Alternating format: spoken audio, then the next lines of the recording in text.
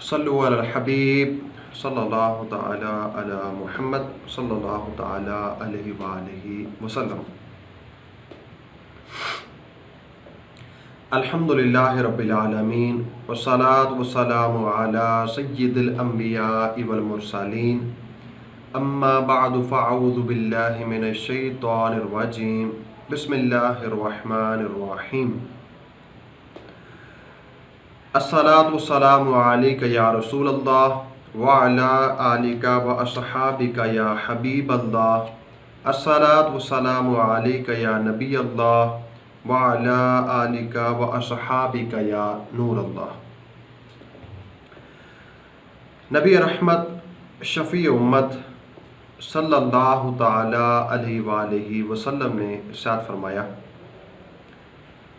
جس نے مجھ پر بروز جمعہ 200 بار درود پاک پڑھا اس کے 200 سال کے گناہ معاف ہو گئے۔ مل کر پڑھتے ہیں، صلو علی الحبیب صلی اللہ تعالی علی محمد صلی اللہ تعالی علیہ وآلہ وسلم۔ اسی طرح سیدنا فاروق اعظم رضی اللہ تعالی عنہ کا فرمان ہے، بے شک دعا زمین و آسمان کے درمیان ٹھہری رہتی ہے اور اس سے کوئی چیز اوپر کی طرف نہیں جاتی جب تک تم اپنے نبی اکرم صلی اللہ تعالی علیہ وآلہ وسلم پر درود پاک نہ پڑھ لو۔ آپ کوئی بھی کتاب پڑھیں گے دعا کے آداب کے حوالے سے، یا آپ کہیں بھی دعا کے آداب پڑھیں گے تو وہاں پر آپ کو یہ چیز لازمی ملے گی کہ دعا کے آداب میں سے ہے کہ دعا کے آغاز میں اللہ رب العزت کی حمد اور نبی علیہ الصلوۃ والسلام پر درود پاک پڑھا جائے۔ اسی وجہ سے جب بھی آپ کو بھی اجتماعی دعا سنتے ہیں تو آغاز کے اندر جہاں حمد ہوتی ہے وہاں پر نبی اکرم صلی اللہ تعالی علیہ وآلہ وسلم پر درود پاک پڑھا جاتا ہے، اور یہ دعا کی قبولیت کے اسباب میں سے ایک سبب ہے کہ دعا کے آغاز میں نبی اکرم صلی اللہ تعالی علیہ وآلہ وسلم پر درود پاک پڑھا جائے۔ صلو علی الحبیب صلی اللہ تعالی علی محمد صلی اللہ تعالی علیہ وآلہ وسلم۔ ناظرین کرام، آپ کو فیضان رمضان کورس کے 6 لیکچر میں خوش آمدید، ویلکم اور مرحبا کہتا ہوں۔ الحمدللہ اس کورس میں رمضان، روزہ اور جو ان کے متعلقات ہیں جیسے تراویح، لیلۃ القدر اور صدقہ فطر وغیرہ، ان کے احکامات ذکر کیے جاتے ہیں۔ ہمارے 5 لیکچر ہو چکے ہیں، آج اس کا 6واں دن ہے، اور روزانہ دن 2 بجے ہم اسی پیج پر براہ راست حاضر ہوتے ہیں اور اس کورس کا آغاز ٹھیک 2 بجے ہو جاتا ہے۔ ابھی تک ہم نے روزے کے فضائل اور روزے کے مسائل، روزے کے مکروہات، جن چیزوں سے روزہ ٹوٹ جاتا ہے ان کے مسائل، جن سے نہیں ٹوٹتا ان کے مسائل، اس کے ساتھ ساتھ آگے چلتے چلتے پھر کل ہم نے روزے کا جو کفارہ ہے اور روزے کے جو قضا کے معاملات ہیں وہ ہم نے ذکر کیے، اور اسی کے ساتھ ہی کل ہم نے اپنے لیکچر کا اختتام کیا۔ آج ہم انشاءاللہ عز و جل تراویح کے حوالے سے آج کی ہماری گفتگو ہے۔ تراویح کے جو متعلقہ احکام ہیں کوشش کروں گا کہ سب کو آپ کے سامنے رکھوں۔ تو یاد رکھیے، جہاں پر رمضان المبارک میں ہمارے رب عز و جل نے ہمیں بے شمار نعمتیں عطا فرمائی ہیں، وہاں پر تراویح کی سنت بھی شامل ہے، اور سنت کی عظمت کیا کہنے۔ نبی اکرم صلی اللہ تعالی علیہ وآلہ وسلم نے ارشاد فرمایا، جس نے میری سنت سے محبت کی اس نے مجھ سے محبت کی، اور جس نے مجھ سے محبت کی وہ جنت میں میرے ساتھ ہوگا۔ تراویح جو ہے یہ سنت مؤکدہ ہے۔ نبی اکرم صلی اللہ تعالی علیہ وآلہ وسلم نے خود بھی یہ ادا فرمائی ہے، اور اپنے اصحاب کو، اپنے ماننے والوں کو اس کی ترغیب بھی ارشاد فرمائی ہے۔ سنن نسائی کی حدیث پاک ہے، نبی اکرم صلی اللہ تعالی علیہ وآلہ وسلم نے ارشاد فرمایا، ان اللہ تبارک و تعالی فرض صیام رمضان علیکم، ارشاد فرمایا کہ اللہ رب العزت نے رمضان کے روزے تم پر فرض کیے ہیں۔ وَسَنَنْتُ لَكُمْ قِيَامَهُ، اور میں رمضان کی راتوں کا قیام تمہارے لیے سنت قرار دیتا ہوں۔ فَمَنْ صَامَهُ وَقَامَهُ ایمانا وَاحْتِسَابًا خَرَجَ مِنْ ذُنُوبِهِ كَيَوْمِ وَلَدتُهُ أُمُّهُ، ارشاد فرمایا کہ جو رمضان کے روزے رکھے اور اس کی راتوں میں قیام کرے ایمان اور احتساب کی وجہ سے، تو وہ گناہوں سے ایسے نکل جاتا ہے جیسا کہ اس دن تھا جس دن اس کی ماں نے اس کو جنا تھا۔ اور بخاری شریف کی حدیث ہے، نبی علیہ الصلوۃ والسلام نے اپنے صحابہ کرام علیہم رضوان کو اس کی ترغیب ارشاد فرمائی، اور الفاظ کچھ یوں ہیں: وَكَانَ رسول اللہ صلی اللہ تعالیٰ علیہ وآلہ وسلم یرغبہم فی قیام رمضان، نبی علیہ الصلوۃ والسلام رمضان کے قیام کی اپنے اصحاب کو ترغیب ارشاد فرمایا کرتے تھے، ترغیب دلایا کرتے تھے۔ اور اسی طرح جو ہے وہ ایک اور حدیث پاک ہے،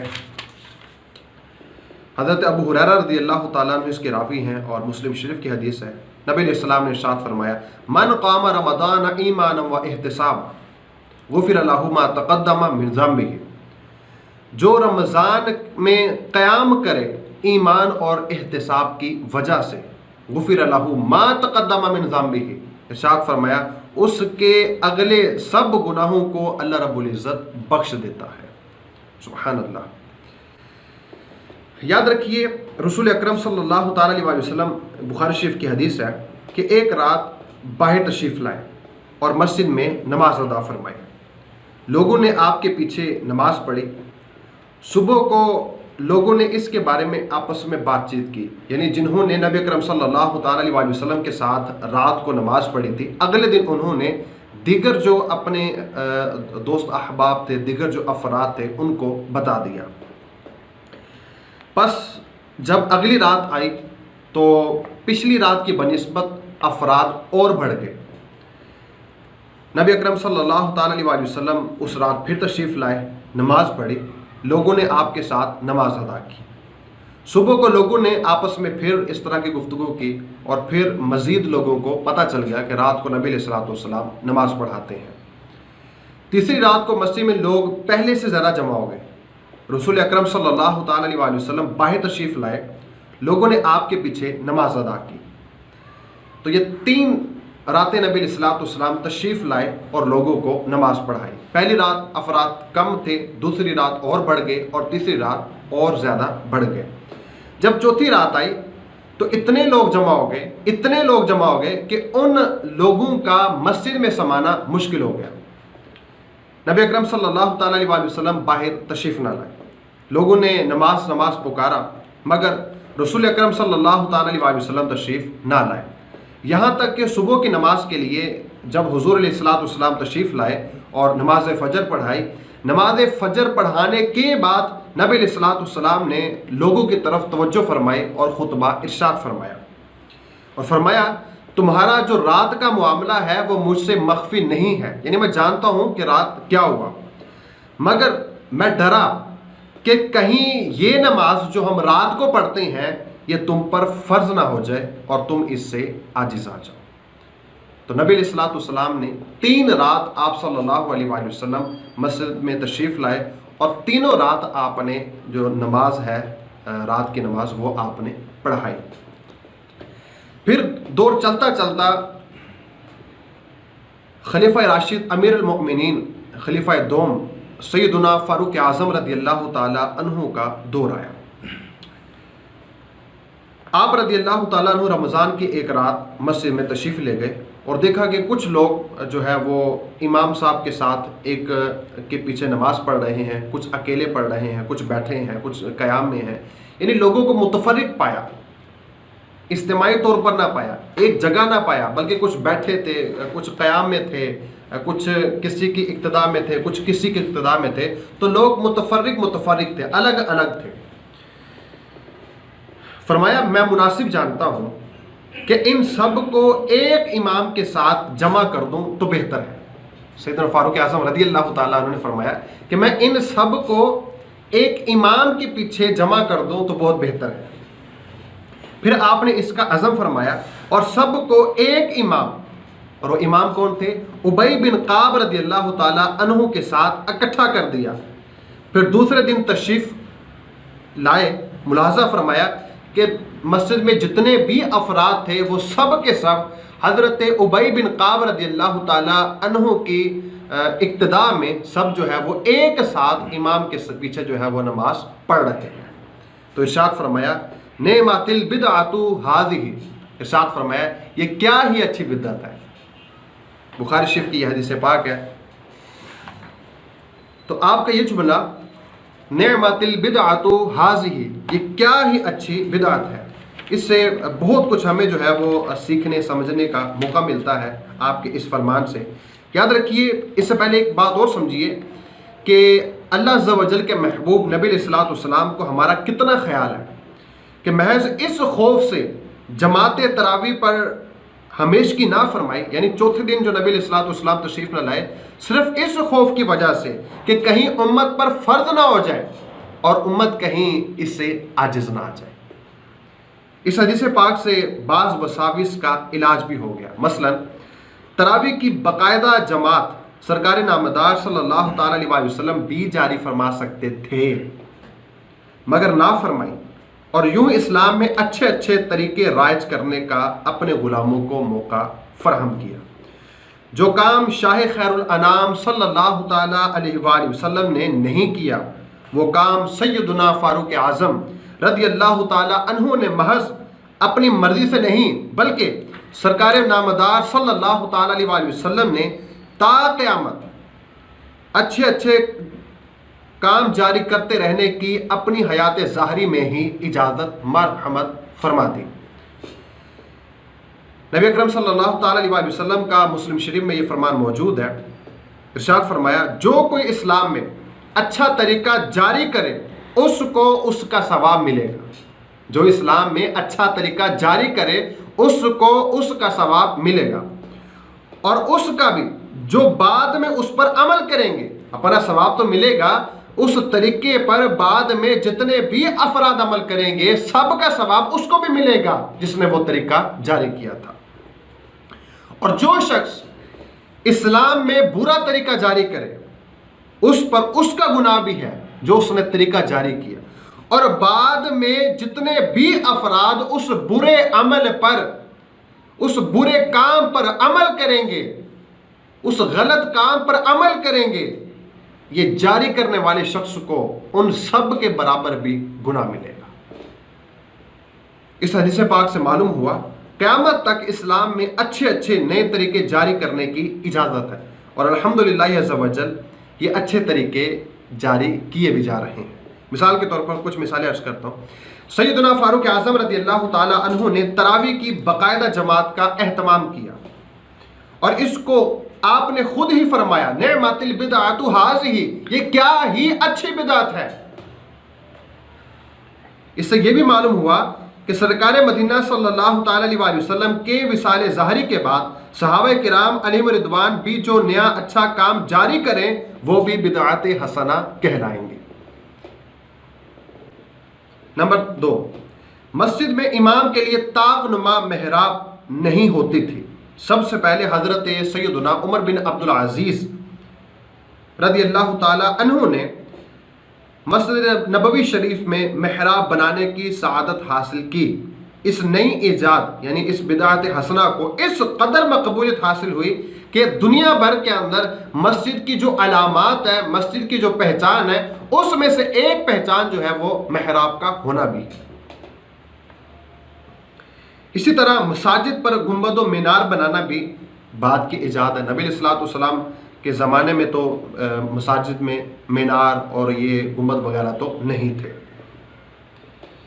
ایمان مفصل، ایمان مجمل، 6 کلمے اور ان کی تعداد کہ یہ پہلا کلمہ، یہ دوسرا کلمہ، یہ تیسرا کلمہ، قرآن کریم کے 30 پارے بنانا، اعراب لگانا، ان میں رکوع بنانا، پھر جو رموز و اوقاف ہے، علامات ہیں، آیات وغیرہ ہیں، بلکہ جو قرآن پاک کے نقطے ہیں وہ بھی بعد میں لگائے گئے۔ اس کو اچھی طرح خوبصورت جلد میں اس کو چھپوانا یہ بھی بعد میں ہے. احادیث مبارکہ کو کتابی شکل میں لے کے آنا، اس کی اسناد پر جرا کرنا، ان کی صحیح، حسن، ضعیف اور موضوع وغیرہ جو بھی اس کی اقسام ہے وہ اقسام بنانا، فقہ، اصول فقہ، علم الکلام، ان سب کو مدون کرنا، زکوٰۃ و فطرہ، سکہ، رائج الوقت بلکہ با تصویر نوٹوں سے ادا کرنا، اونٹوں وغیرہ کے بجائے سفینے یا ہوائی جہاز کے ذریعے سفر حج کرنا، شریعت و طریقت کے چاروں سلسلے، حنفی، مالکی، شافعی، حنبلی، اسی طرح طریقت کے قادری، نقشبندی، سہروردی اور چشتی، یہ ساری جو چیزیں ہیں، جو ساری مثالیں میں نے آپ کے سامنے رکھی، یہ ساری کی ساری بدعت حسنہ ہے. نیا کام تو ہے، بعد میں تو ہوا، لیکن یہ بدعت حسنہ ہے. ہو سکتا ہے کہ آپ کے ذہن میں دو طرح کی احادیث آ رہی ہیں. ایک صحیح ابن خزیمہ کی حدیث ہے، نبی علیہ السلام نے ارشاد فرمایا کل بدعت دلالۃ وکل دلالۃ فی النار، ہر بدعت گمراہی ہے اور ہر گمراہی آگ میں ہے، جہنم میں ہے. دوسری حدیث ہے، نبی علیہ السلام نے ارشاد فرمایا بدترین کام نئے طریقے ہیں اور ہر بدعت گمراہی ہے. اگر جو میں نے ساری وضاحت عرض کی، اگر یہ وضاحت ٹھیک ہے تو ان احادیث کا مطلب کیا ہے؟ ہو سکتا ہے آپ کے ذہن میں یہ سوال آیا ہو.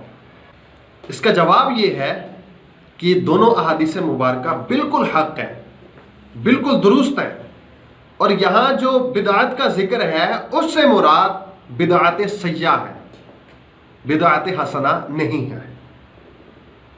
جیسا کہ اور اچھا یہاں ایک اور بات کہ بدعت سیاح ہے کیا؟ یاد رکھیے بدعت سیاح یعنی بری بدعت، اور یقیناً ہر وہ بدعت بری ہے جو کسی سنت کے خلاف یا سنت کو مٹانے والی ہو. ہر نیا طریقہ غلط نہیں ہے، بلکہ ہر وہ نیا طریقہ غلط ہے جو کسی سنت کو مٹانے والا ہو یا کسی سنت کے خلاف ہو. تو پتہ چلا کہ ہر بدعت بری نہیں ہے، بلکہ بدعت کی دو اقسام ہیں. ایک ہے بدعت حسنہ، جو سابقہ میں نے جتنی بھی مثالیں آپ کے سامنے رکھی، مسجد کا محراب ہے، مسجد کا ممبر ہے، دیگر چیزیں گنبد وغیرہ ہے، دیگر اور ساری چیزیں جو میں نے آپ کے سامنے رکھی، وہ ساری کی ساری مثالیں بدعت حسنہ کی تھیں. اور یہ جو وہ کام جو اسلام کو مٹانے والے ہوں، کسی سنت کو ختم کرنے والے ہوں، یہ جو نئے کام ہیں یہ بدعت سیاح میں آئیں گے. اور دونوں احادیث مبارکہ بھی جو میں نے ذکر کی، کل بدعت دلالۃ وکل دلالۃ فی النار، اس سے مراد کون سی بدعت ہے؟ بدعت سیاح مراد ہے. اس سے اس کی وضاحت جو ہے وہ ترمذی شریف کی حدیث ہے. نبی علیہ الصلوۃ والسلام نے ارشاد فرمایا ہر وہ گمراہ کرنے والی بدعت جس سے اللہ اور اس کا رسول راضی نہ ہو تو اس گمراہی والی بدعت کو جاری کرنے والے پر اس بدعت پر عمل کرنے والوں کے مثل گناہ ہے.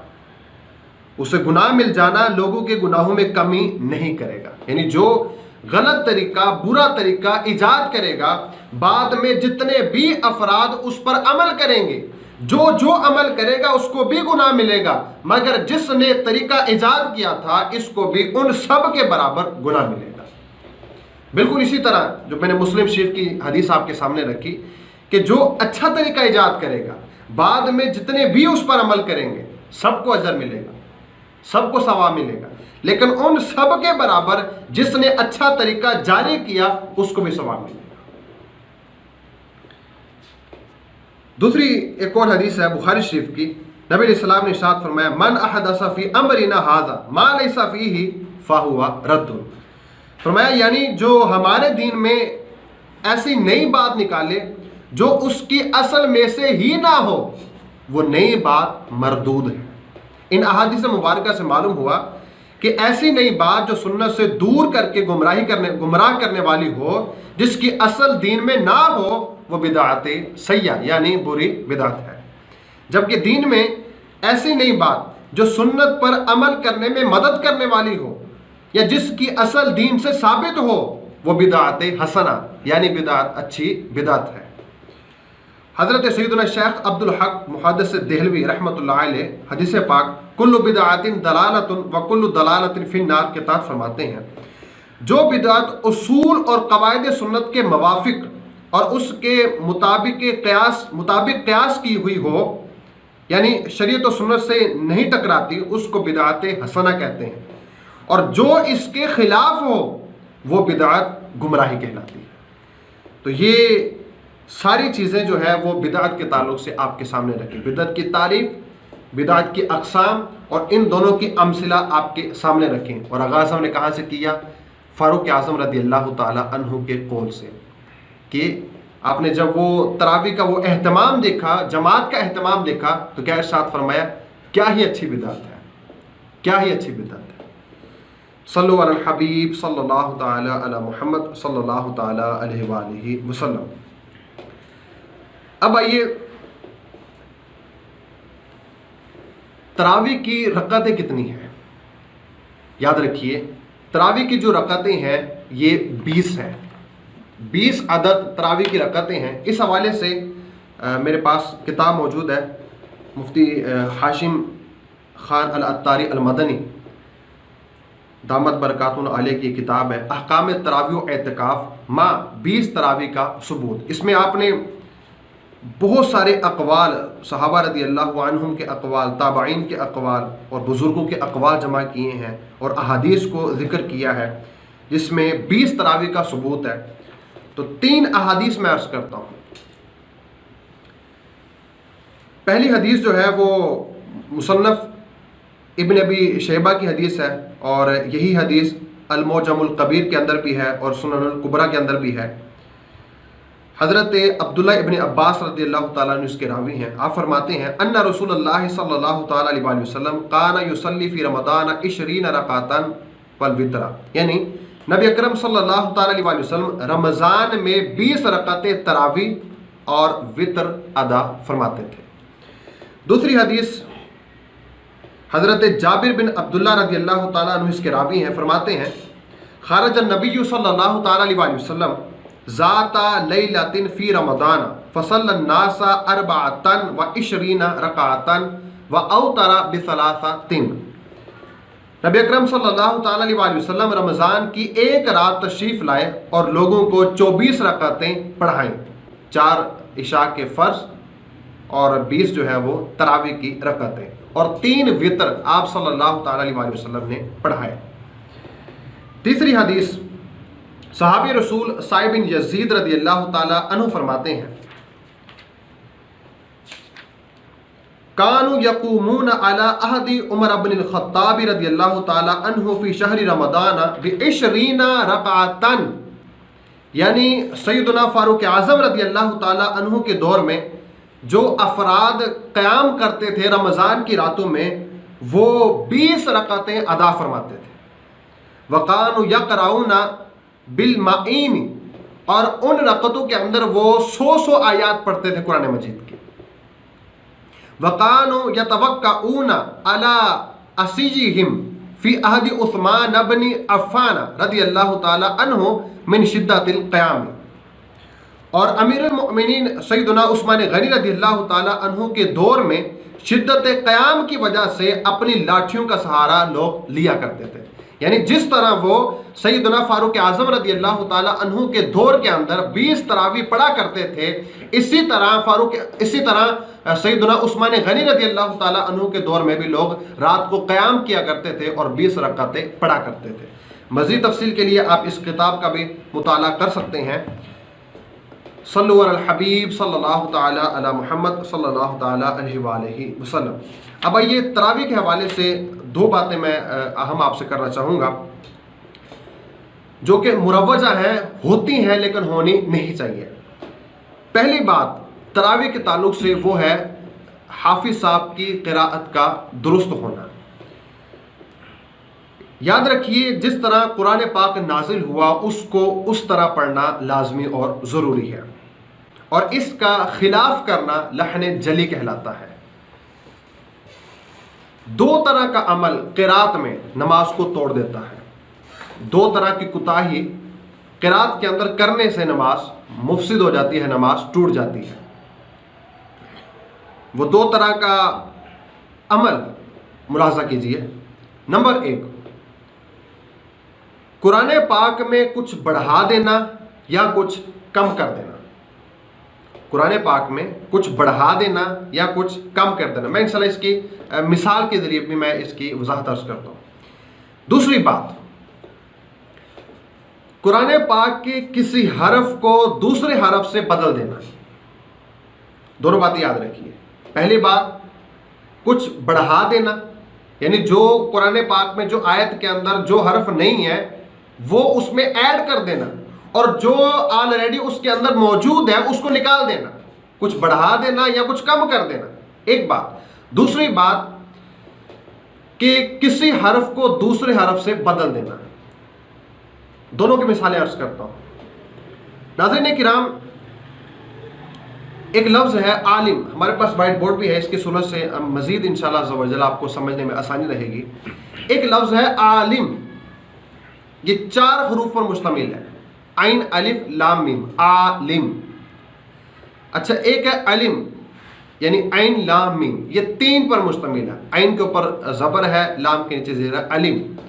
ان دونوں کے اندر فرق کرنا ہے۔ اگر قرآن مجید کے اندر عالم ہے تو ہم نے اس کو عالم ہی پڑھنا ہے، یعنی عین کے بعد الف پڑھنا ہے۔ اگر ہم عالم کو علم پڑھ دیں گے تو جو تھا اس کو ہم نے کٹ کر دیا۔ آئیے مثال، آئیے وائٹ بورڈ سے سمجھتے ہیں۔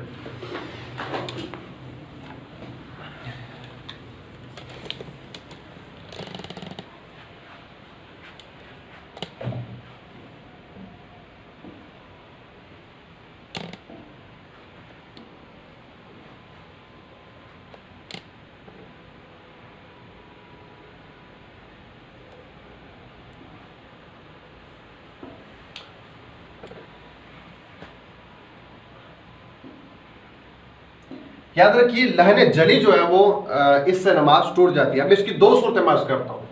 پہلی صورت یہ ہے کہ کچھ بڑھانا یا گھٹانا، یعنی جو قرآن پاک میں نہیں ہے وہ اس میں ایڈ کر دینا، اور جو کچھ ہے اس میں سے کچھ کم کر دینا۔ مثال کے طور پر میں سمجھانے کے لیے عرض کرتا ہوں، ایک مثال سے ہم سمجھتے ہیں۔ عالم، اچھا، ایک ہے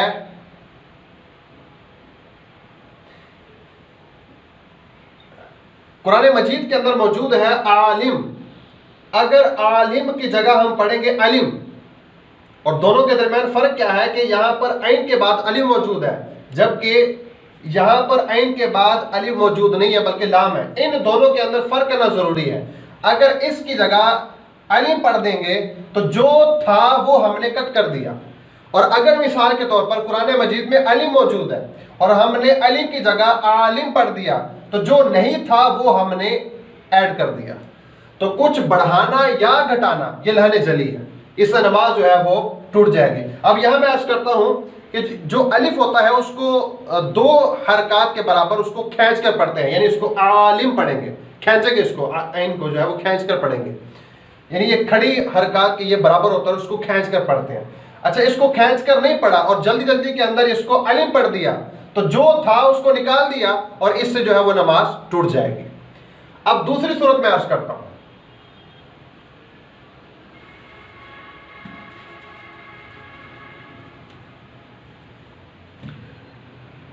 لہن جلی کی دوسری صورت یہ ہے، حرف کو حرف سے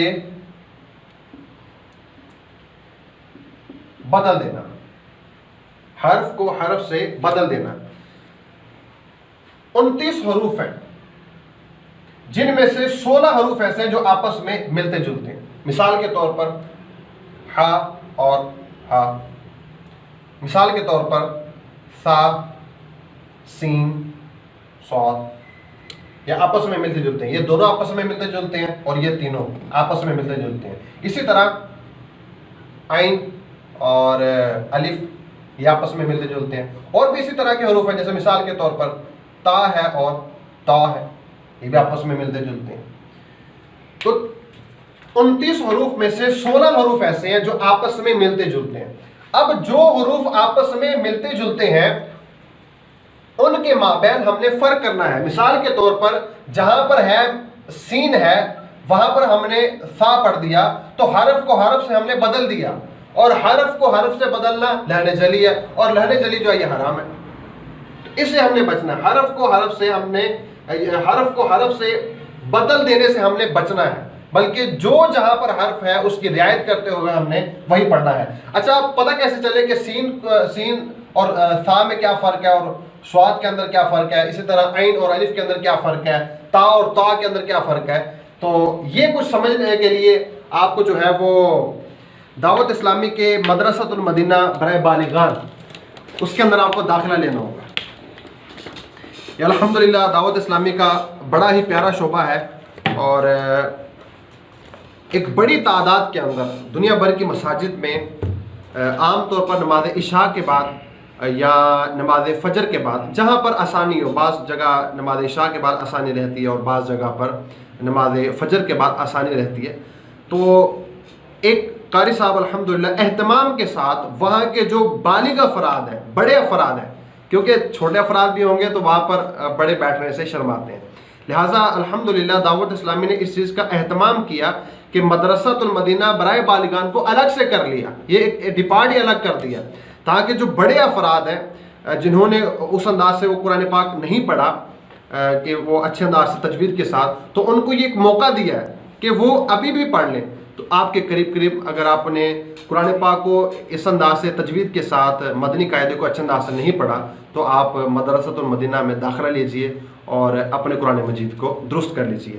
اور وہ ہمارے اسلامی بھائی جو قرآن پاک پڑھنا جانتے ہیں ان سے گزارش کروں گا وہ ان عاشقان رسول کو قرآن پاک پڑھائیں جو تجوید کے ساتھ جو اچھی طرح مدنی قاعدے کو نہیں پڑھے ہوئے. اسی طرح ہمارا ایک شعبہ ہے مدرسۃ المدینہ آن لائن, اس میں 30 کورس کروائے جاتے ہیں, ان میں سے ایک کورس یہ بھی ہے تجوید کورس, تو آپ داخلہ لیجئے اس میں, لیکن یہ کاسٹ کے ساتھ ہوگا, تو آپ داخلہ لیجئے. اس میں جو وقت ہوگا آپ گھر بیٹھ کے آپ پڑھیں گے, وقت بھی آپ کی مرضی کا ہوگا, تو اس کے اندر بھی آپ الحمدللہ یہ جو کورس ہے یہ کریں گے تو اس کی برکت سے آپ قرآن پاک پڑھنا سیکھ جائیں گے. صلو علی الحبیب صلی اللہ تعالی علی محمد صلی اللہ تعالی علیہ وآلہ وسلم. تو یاد رکھیے جو بھی حافظ صاحب ہیں یا جہاں آپ تراویح پڑھتے ہیں تو تراویح کا جہاں پر اہتمام ہو رہا ہے اس کے ساتھ ساتھ وہاں پر جو قرات وغیرہ کے حوالے سے جو تمام تر احکامات ہیں وہ درست ہونے چاہیے. اور ایک بدقسمتی کی بات ہے کہ ایسی جگہ کو چنا جاتا ہے یا ایسے حافظ صاحب کو چنا جاتا ہے جو قرآن پاک جلدی پڑھتے ہوں, تیز پڑھتے ہوں, اور کئی حافظ صاحب ایسے بھی ہیں جو تیز پڑھے تو اچھا پڑھتے ہیں اور تھوڑا سا اگر ان کو نارمل پڑھا جائے تو وہ بھول جاتے ہیں, تیز پڑھے تو وہ چلتے رہتے ہیں. تو یاد رکھیے کہ قرآن پاک اس انداز سے پڑھا جائے کہ اس کا ہر حرف دوسرے حرف سے ممتاز رہے اور اس کے جو قیودات ہیں, اس کے جو قواعد ہیں اس کا لحاظ رکھا جائے.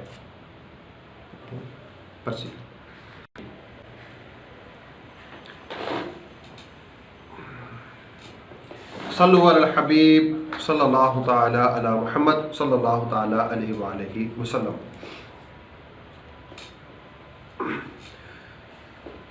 ناظرین کرام, قرآن پاک پڑھنے پڑھانے والوں کو اپنے اندر اخلاص پیدا کرنا ضروری ہے.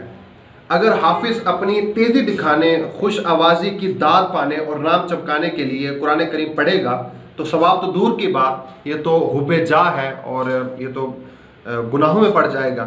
اسی طرح اجرت کا لین دین بھی نہ ہو, حافظ صاحب جو ہے وہ اجرت کا لین دین نہ کریں. اجرت یا تو طے کرنے سے ہوگی, پہلے جو ہے وہ اجرت کو طے کر لیا جائے, ٹھیک ہے. بعض اوقات طے تو نہیں کی جاتی لیکن انڈرسٹوڈ ہوتی ہے کہ وہاں سے بعد میں ملنا ہی ملنا, کچھ نہ کچھ وہاں سے ملے گا ہی ملے گا.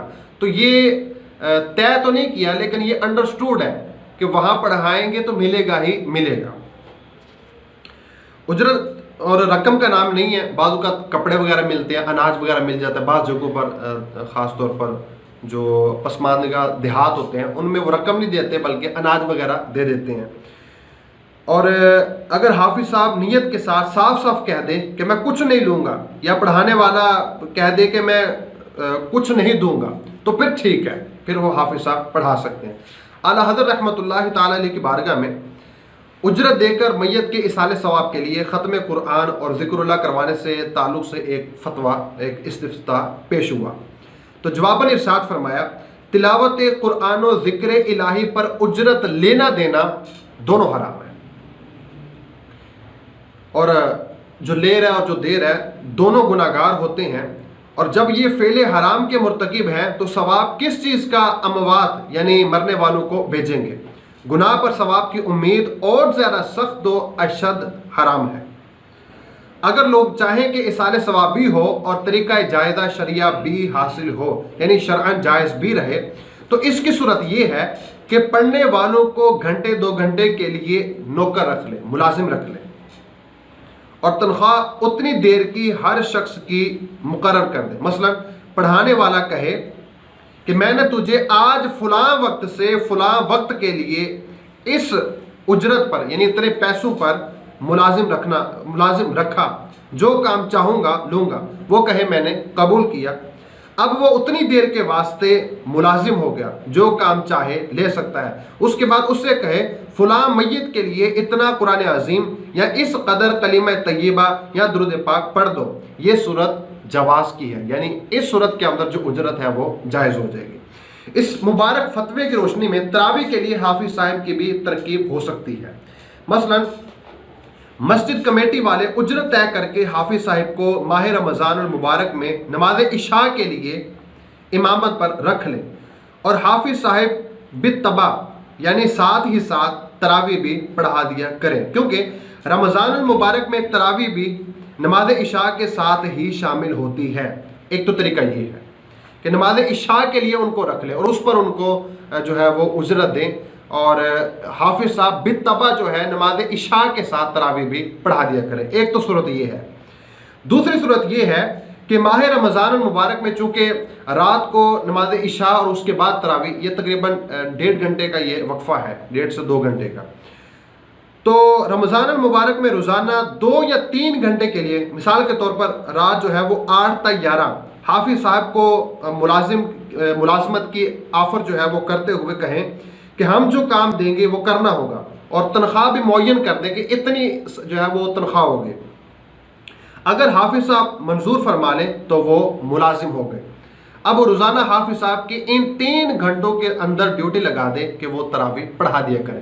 تو یہ 2 صورتیں جو ہیں وہ اعلیٰ حضرت کے مبارک فتوے کی روشنی میں جواز کی دونوں صورتیں آپ کے سامنے رکھیں۔ ایک تو عشاء، اور عشاء سے وہ بالتبع آ جائے گی تراویح، اور دوسرا جو ہے وہ ان سے وقت کا طے کر لیں کہ اتنے وقت کے لیے مثال کے طور پر 2 گھنٹے کے لیے یا 3 گھنٹے کے لیے آپ رمضان میں روزانہ آیا کریں، اور پھر ان سے جو ہے وہ تراویح کا کہہ دیا کریں، تو پھر جو اجرت جائز ہوگی وہ ہوگی وقت کی، تراویح جو ہے وہ اپنی جگہ پر باقی رہے گی۔ صلو علی الحبیب صلی اللہ تعالی علی محمد صلی اللہ تعالی علیہ وآلہ وسلم۔ آج ہم نے الحمدللہ جو کچھ سیکھا سمجھا، کچھ پوائنٹ میں عرض کرتا ہوں، ہو سکے تو آپ لکھ لیجئے۔ تراویح سنت مؤکدہ ہے، جماعت سے پڑھی جائے تو بہت اچھا ہے، اور اس کا خلاف کرنا اساءت ہے۔ تراویح پر اجرت لینا جائز نہیں ہے، اگر لینا چاہیں تو اس کی 2 صورتیں آپ کے سامنے رکھیں۔ تراویح میں قراءت کرنے والے حافظ صاحب کی جو قراءت ہے وہ درست ہونی چاہیے، اور لہن جلی سے وہ محفوظ ہونی چاہیے۔ تراویح کی جو رکعات ہیں وہ 20 ہیں، اور مزید کچھ انشاءاللہ ہم نے متفرق جو اس کے مسائل ہیں وہ آپ کے سامنے رکھیں، اور بھی 2-4 مسائل تراویح کے حوالے سے آپ کے سامنے رکھتا ہوں، اور پھر اپنے اس موضوع کا اختتام کرتا ہوں۔ تراویح ہر عاقل و بالغ اسلامی بھائی اور اسلامی بہن کے لیے سنت مؤکدہ ہے۔ تراویح کی 20 رکعتیں ہیں۔ تراویح کی جماعت سنت مؤکدہ علی الکفایہ ہے، مطلب یہ ہے کہ اگر مسجد میں کچھ ادا کر لیں تو بقیہ جو افراد ہیں ان سے وہ اس سے بری ہو جائیں گے۔ اگر چند افراد نے باجماعت پڑھ لی تو تنہا پڑھنے والا جماعت کی فضیلت سے محروم رہا۔ تراویح کا وقت سماعت کیجیے، عشاء کے فرض پڑھنے کے بعد سے صبح صادق تک ہے، عشاء کے فرض ادا کرنے سے پہلے اگر پڑھ لی تو تراویح نہ ہوئی۔ وطر کے بعد بھی تراویح پڑھی جا سکتی ہے، اور ایسا ہوتا بھی ہے جیسے بعض اوقات 29 کو چاند جو ہے وہ تاخیر سے نظر آتا ہے، تو لوگ تراویح پڑھ کے لوگ جو ہے وہ وطر پڑھ کے گھر چلے جاتے ہیں، اور بعد میں ان کو پتہ چلتا ہے کہ چاند تو نظر آ گیا، تو پھر وہ وطر کے بعد نماز تراویح کا اہتمام کرتے ہیں۔ تراویح اگر فوت ہو جائے تو اس کی قضا نہیں ہے۔ بہتر یہ ہے کہ تراویح کی 20 رکعتیں 2 کر کے 10 سلام کے ساتھ ادا کریں۔ بلا عذر تراویح بیٹھ کر پڑھنا مکروہ ہے۔ تراویح مسجد میں باجماعت ادا کرنا افضل ہے۔ اگر گھر میں باجماعت ادا کی تو ترک جماعت کا گناہ نہ ہوا، مگر وہ ثواب نہ ملے گا جو مسجد میں پڑھنے کا تھا۔ نابالغ امام کے پیچھے صرف نابالغان ہی تراویح پڑھ سکتے ہیں۔ بالغ کی تراویح بلکہ کوئی بھی نماز حتیٰ کہ نفل بھی ہو نابالغ کے پیچھے نہیں ہوتی۔ اگر باشرائط حافظ مل سکے یا کسی وجہ سے حافظ صاحب نہ ملیں یا کسی وجہ سے قرآن کریم ختم نہ ہو سکے تو تراویح میں کوئی بھی صورتیں پڑھ لیجیے۔ اگر چاہیں تو علم تارا سے لے کر والناس یعنی آخری جو 10 صورتیں ہیں وہ 2 دفعہ کر کے 20 ہو جائیں گی، تو ان سے تراویح ادا کیجیے۔ صلو علی الحبیب صلی اللہ تعالی علی محمد صلی اللہ تعالی علیہ وآلہ وسلم۔ آئیے ناظرین اکرام، ہم الحمدللہ آخر کے اندر روزہ داروں کی حکایت سنتے ہیں۔ آئیے آج کی حکایت سنتے ہیں۔ صلو علی الحبیب صلی اللہ تعالی علی محمد صلی اللہ تعالی علیہ وآلہ وسلم۔ حضرت سیدنا امام قتادہ رضی اللہ تعالی عنہ وغیرہ کے استاذ حدیث حضرت سیدنا عبداللہ بن غالب حدانی رضی اللہ عنہ شہید کر دیے گئے۔ تدفین کے بعد ان کی قبر شریف کی مٹی سے مشک کی خوشبو آتی تھی۔ کسی نے خواب میں دیکھ کر پوچھا آپ کے ساتھ کیا معاملہ فرمایا گیا؟ کہا اچھا معاملہ فرمایا گیا۔ پوچھا آپ کو کہاں لے جایا گیا؟ کہا جنت میں۔ پوچھا کس عمل کی وجہ سے؟ فرمایا ایمان کامل، تہجد اور گرمیوں کے روزوں کے سبب۔